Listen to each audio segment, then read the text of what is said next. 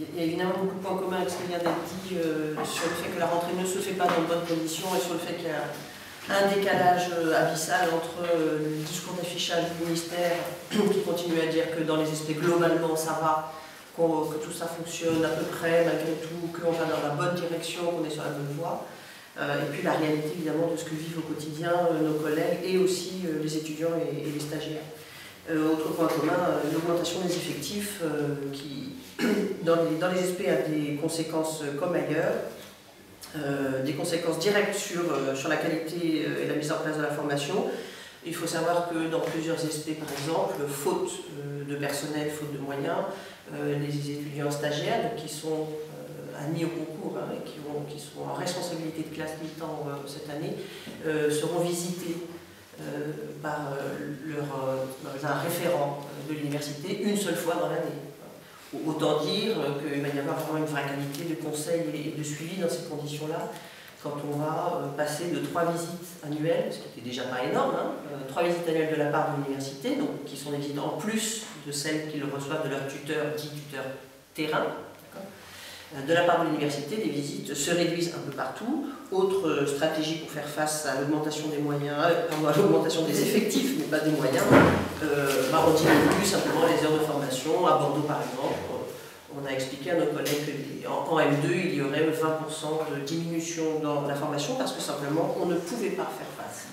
Et que cette diminution était en M2 pour cette année, mais qu'on envisageait très sérieusement de diminuer aussi la formation des M1 à Bordeaux l'année prochaine. Des CM déclarés en TD, des maquettes, alors ça c'est quand même une nouveauté chez nous dans les SP, des maquettes qui prévoient des heures sans formateur. Ce sont des heures maquettes avec des contenus d'enseignement, mais il n'y a pas de formateur devant les étudiants, ça c'est nouveau. Évidemment une grande difficulté pour toutes les missions de suivi, c'est-à-dire suivi de stage, mais aussi suivi de mémoire par exemple.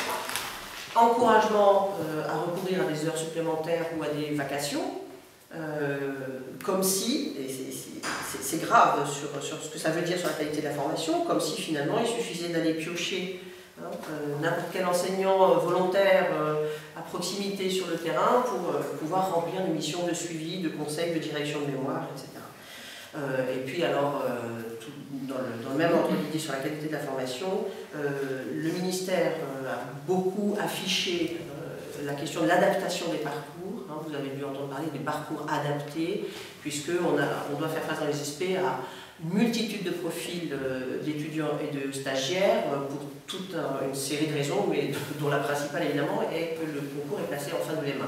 Et donc arrivent en M2 des lauréats du concours qui viennent de tout un tas de parcours et de situations différentes, y compris reconversion, y compris mère de 3 enfants, y compris dispensée de master, etc. etc. Et donc le ministère prévoit dans les textes des parcours dits adaptés pour ces publics-là. Il faut savoir que les SP n'ont pas les moyens d'adapter quoi que ce soit. Et donc on passe beaucoup de temps à typologiser, à caractériser, à réfléchir à ces différents parcours, à les nommer, à inventer comme ça comment on va pouvoir les désigner, etc. Et en réalité, on les met après ça, tout le monde ensemble dans le même paquet parce que la plupart du temps, le dispositif ne permet pas de faire autrement. Alors, c'est pas qu'une question de moyens temporaires. Il ne suffit pas de se dire, bon, c'est pas grave, on va serrer les dents, parce que là, il y a une augmentation des effectifs, mais ça va passer, ça va passer. C'est un problème structurel, il ne faut pas se le cacher. Depuis le début, c'était évidemment tout ça prévisible par le fait que le stage, donc le stage des lauréats au concours, est pensé d'après les besoins d'enseignement. Les étudiants en M2 sont d'abord des moyens d'enseignement et pas pensés d'après des besoins de formation. De là découle tout le reste, de là découle le volume de leur stage. À mi-temps sur le terrain en responsabilité en M2, on a dès le début dénoncé le fait que c'était trop de temps à passer à l'extérieur de l'université dans une situation de responsabilité totale qui exige en plus évidemment un temps de travail induit colossal pour des jeunes débutants. De l'éloignement que ça implique aussi, puisque tout est déterminé en fonction des besoins de l'académie. Donc un étudiant, il a son stage à 100 km, à 200 km de son SP, c'est pas un problème. Il a son stage dans une autre académie, y compris même dans une académie qui ne prépare pas le master qu'il doit valider, il n'y a pas de souci. Donc là, on voit bien que ce sont des problèmes structurels, et ça n'a pas changé depuis tout ce qu'on avait dénoncé à la rentrée dernière, et qui avait été particulièrement calamiteuse sur ce plan-là. Pour la même raison, la formation enseignants du premier degré ne peut pas être polyvalente, puisqu'ils sont en responsabilité à mi-temps dans une classe toujours la même toute l'année. Ils ne voient donc pas toutes les disciplines, ils ne voient donc pas tous les niveaux de classe. Et donc on peut avoir, il faut le savoir quand on est parent aussi, et on peut avoir dans la classe de son enfant un enseignant dans une classe de CM2 qui n'a été formé que au cycle 1 l'année précédente, avec des 2-3 ans, inversement évidemment. Multiplication des problèmes affectifs, des problèmes administratifs, j'ai dit affectifs parce que les collègues sont aussi en mauvais état, mais multiplication des problèmes administratifs et de gestion dans un va-et-vient très savant, très complexe, entre ministères qui dit il faut cadrer mais pas trop, parce qu'après tout il y a l'autonomie des universités.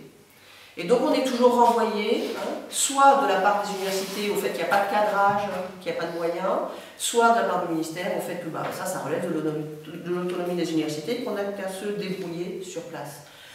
Exemple très concret, réduction des locaux, déménagement intempestif, rentrée empêchée parce que simplement on n'a pas de salle dans lesquelles on peut faire cours. Ça se passe à Nantes par exemple, ça se passe à Nice, ça se passe à Amiens. Des problèmes importants dans les retards de paiement des frais de déplacement de l'an dernier, des refus d'admission d'étudiants en M2 quand ils sont non lauréats des concours, et invention de dispositifs ad hoc. Oui, d'accord, tu vas faire une repréparation au concours, ça va te coûter 170 €, par exemple. Évidemment, démobilisation des équipes, en tout cas une difficulté pour les équipes à travailler dans ces conditions-là, y compris parce qu'il y a des phénomènes de concurrence qui apparaissent évidemment en interne, nous, face à nos collègues du rectorat, premier degré et second degré, auxquels on a beaucoup recours maintenant dans les maquettes. On fait appel pas seulement à des étudiants, à des enseignants universitaires, pour les enseignants de master, mais beaucoup, puisque c'est la spécificité de l'ESP, à des enseignants dits de terrain, premier degré, second degré, qui masquent finalement les problèmes de recrutement. Grosso modo, on va nous dire, non, il y a des heures, il n'y a pas besoin de poste, il y a des heures, comme si tout était équivalent. Il faut savoir qu'évidemment, dans ce contexte-là, la place de la recherche dans les SP, elle est largement menacée. Voilà. Et puis, alors, cerise sur le gâteau, je termine très rapidement, on en est dans cette situation-là, à ce que le ministère maintenant mette le paquet sur l'apprentissage comme solution, à la fois pour volonté de démocratiser l'accès à l'enseignement et en même temps comme solution à la crise du recrutement qu'il ne peut quand même pas contester.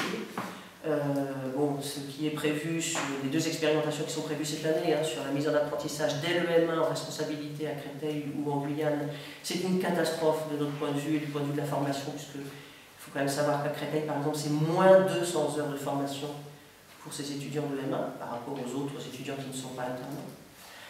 Et que les derniers projets en date sur l'apprentissage dès le L2 et dès le L3, qui remplace le dispositif des ex-EAP, mais qui s'appelle toujours EAP, c'est amusant, mais le sigle veut dire la même chose. EAP maintenant, ça veut dire étudiant, apprenti, professeur, ne nous rassure pas du tout.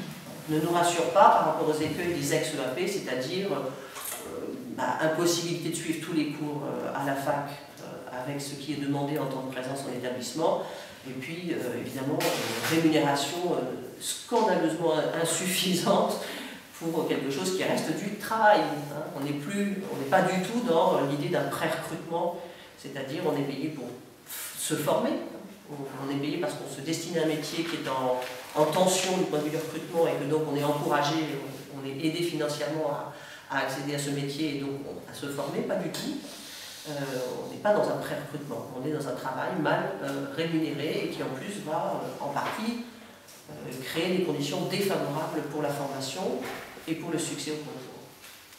Donc voilà, un bilan qui est, de notre point de vue, une rentrée qui est de notre point de vue extrêmement problématique sur la recherche, sur la formation, sur le suivi de stage, sur les conditions de travail des personnels, sur les conditions de formation des étudiants et des stagiaires.